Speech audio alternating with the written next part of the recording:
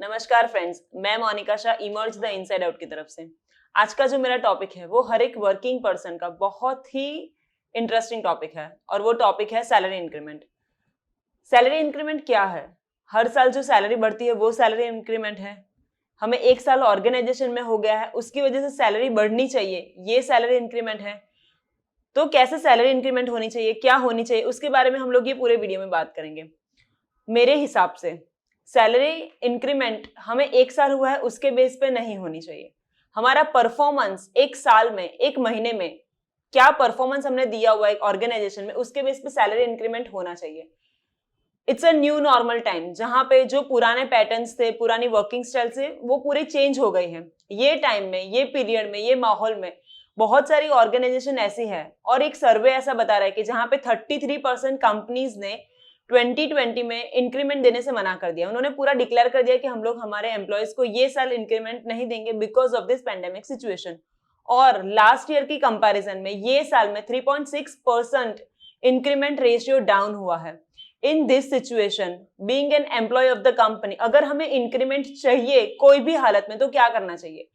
एक ही उसका रास्ता है और ये ऐसा रास्ता है कि जो हमें कोई भी रूल्स रेगुलेशन कुछ भी आ जाए ना, फिर भी अगर हमारा परफॉर्मेंस बेटर होगा, जो हमने कल किया था उससे बेटर आज कुछ किया हुआ है, जो हमने लास्ट ईयर किया हुआ था उससे बेटर ये साल में अगर परफॉर्मेंस दिया हुआ है ना, तो कितने भी रूल्स लगे, कितने भी 33% नहीं, अगर 100% भी सैलरी इंक्रीमेंट के लिए मना बोल देना, लेकिन फिर भी आपका परफॉर्मेंस ऐसा होगा, हमारा परफॉर्मेंस ऐसा होगा जहां पे कंपनी को, कंपनी के बॉस को डेफिनेटली ये फील होगा कि भाई मुझे ये पर्सन को इंक्रीमेंट कुछ भी करके देना पड़ेगा क्योंकि उसका परफॉर्मेंस बोल रहा है। अगर ईयरली बेस पे इंक्रीमेंट होगा ना, तो फॉर एग्जाम्पल किसी पर्सन की सैलरी है 10,000 रुपीज, हर साल 10% इंक्रीमेंट हो रहा है ना, तो 10 साल के बाद उसकी सैलरी 10,000 से लेके 20,000 पे होगी। लेकिन अगर ये परफॉर्मेंस बेस हुआ ना, तो शायद ऐसा हो सकता है कि एक साल में 10,000 से 20,000 पहुंच जाए, दूसरे साल में 20,000 से 40,000 भी पहुंच सकते हैं और 4 लाख तक भी पहुंच सकते हैं। ये सिर्फ उसका बेस एक ही है, performance performance performance and performance.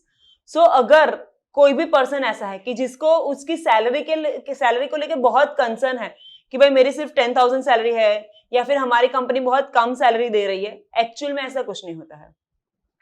कोई भी ऑर्गेनाइजेशन में 3,000 वाला भी पर्सन होगा, 10,000 वाला भी होगा, 20,000 वाला भी होगा और 2 लाख वाला भी होगा।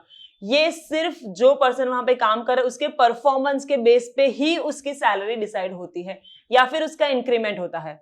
एक एग्जांपल दूंगी, फोन की बात करेंगे हम लोग। जब भी हम कोई भी फोन लेने चाहते हैं, जो भले 10,000 का फोन है, 20,000 का फोन है, जब भी कोई नया फोन लेने चाहेंगे ना, तो देखेंगे कि उसके क्या एडिशनल फीचर्स है जो हमारा लास्ट फोन था उसकी कंपैरिजन में। उसकी कैमरा क्लियरिटी ज्यादा है, उसमें स्टोरेज ज्यादा है, ऐसे बहुत सारे फीचर्स हम लोग कभी भी देखते हैं कोई भी फोन परचेस करते टाइम पे। लेकिन हमारा लास्ट ईयर जो परफॉर्मेंस था या फिर लास्ट मंथ जो परफॉर्मेंस था ना, उसके कंपैरिजन में हमने ये महीने, ये साल क्या इंक्रीमेंट किया हुआ ना, ये हम लोग नॉर्मली देखना भूल जाते हैं। हमें सिर्फ एक ही क्वेश्चन माइंड में आता है कि एक साल हुआ है ना इसीलिए मेरा सैलरी बढ़ना चाहिए, या फिर एक साल कंप्लीट हो गया ना इसीलिए मेरा सैलरी बढ़ना चाहिए। लेकिन ऐसा अगर हम लोग सोचेंगे ना कि सिर्फ साल के बेस पे सैलरी बढ़ना चाहिए ना, तो बहुत कितनी भी मेहनत कर ले एक नेक्स्ट लेवल से ऊपर नहीं पहुंच पाएंगे, कोई ना कोई जगह पे आकर स्टक हो जाएंगे। So the moral of the story is performance. जब भी आप चाहें कि मुझे ज्यादा पैसा कमाना है, बहुत अच्छा काम करना है, मेरी ऑर्गेनाइजेशन में मेरी सैलरी सबसे टॉप होनी चाहिए, तो उसका एक सीधा सरल एक ही रास्ता है, परफॉर्मेंस और performance. So focus on your performance, बाकी सारे रास्ते अपने आप खुल जाएंगे। So thank you so much. Don't forget to subscribe my channel. Thank you.